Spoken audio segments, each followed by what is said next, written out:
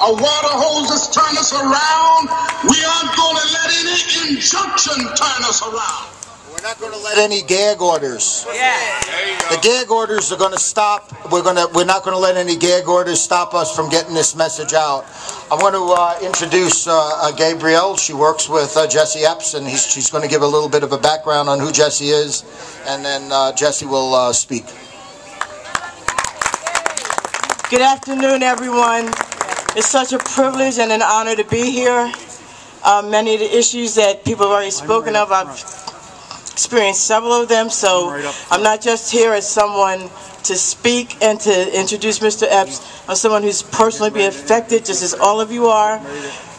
Black, white, Jew, Gentile, Republican, Tea Party, whatever those things mean, we all breathe air. So we all are living and we all are struggling, and we have to stay together.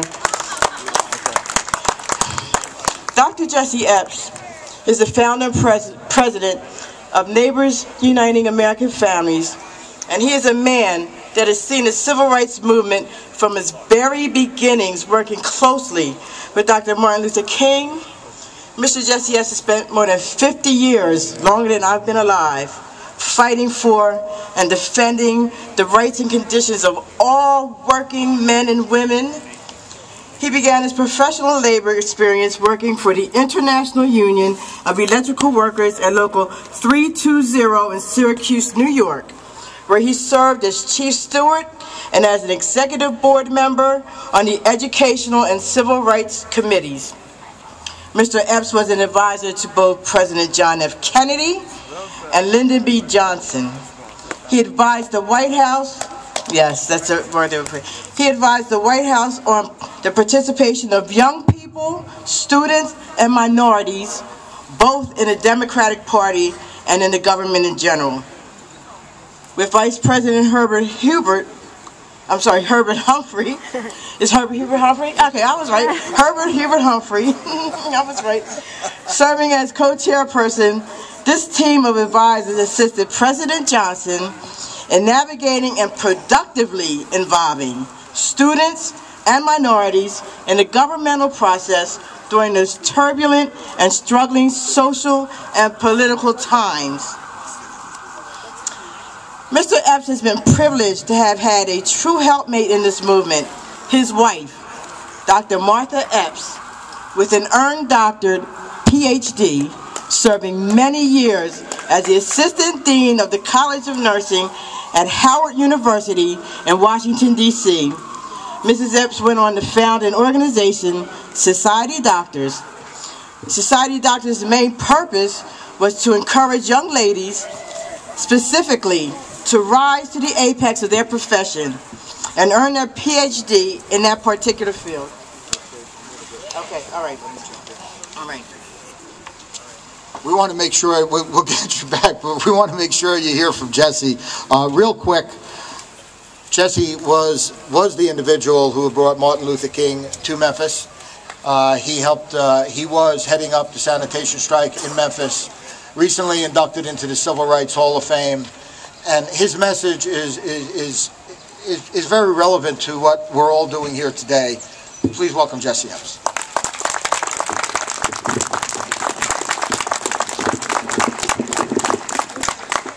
I am so tall, so I'll lower it a little bit. Let me thank you.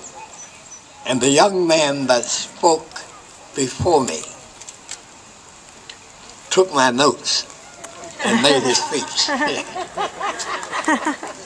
The time has come, past time, that America do what Dr. King challenged her to do, is to live up to what we have on paper. That's right. And he demonstrated that principle when we invited him to come to Memphis in the middle of that battle. And he came as if he were the Good Samaritan along the highway. And so this congressman to-be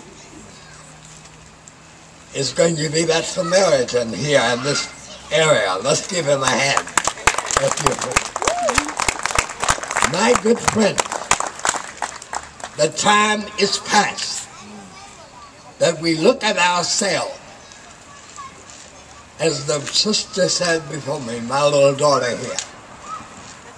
I am neither Italian, or Irishman, or Frenchman, or Jew, or Gentile. The Congress is foundation, this nation, upon the principle of the Constitution. Amen. That says all men are created equal. Not the judges, not the lawyers, all mankind. And so it is to that end, my good friends, that we have come here today, and the rain is interrupting us, so I'm going to go quickly, to say to you, I look out here and see that you are a multitude, because Jesus, Mr. Congressman, started to Jerusalem, and he had only 2. When I look out here and I see all these folks, we got a crowd to begin this battle, to make it happen. And so it is time that we begin afresh of doing that which Dr. King challenged us. Live up to what you have on paper. And that's what the Congressman is talking about. The justice of the various systems are not making it happen as it is written to be happening. And we cannot allow, we the people, in order to form a more perfect union. Oh, I have a dream. That's not what this country can do for you. What can I do for my country? And most important words ever spoken, love your neighbor as yourself, can never run hollow in our hearts. And so therefore, you who are out here today, a part of a movement that a young group has taken up the banner, America Rebirth, going back and recommitting ourselves to the Constitution and the Declaration of Independence. And so a group has brought themselves together to go across this land and let the word be known, and for us to connect together as Americans, living up to those principles. And so when you go home this evening, when you go home to your family and friends, press them into the battle. Press them into getting done what the Creator would have for us to do. And so the Rebirth Tour, the young folks you heard here, we have somebody in the audience today, have the message to get your attention, and the attention is to do what we are and truly be American. And so God bless you, and support this American tour all over this country. And the word is simple. Do what Dr. King said.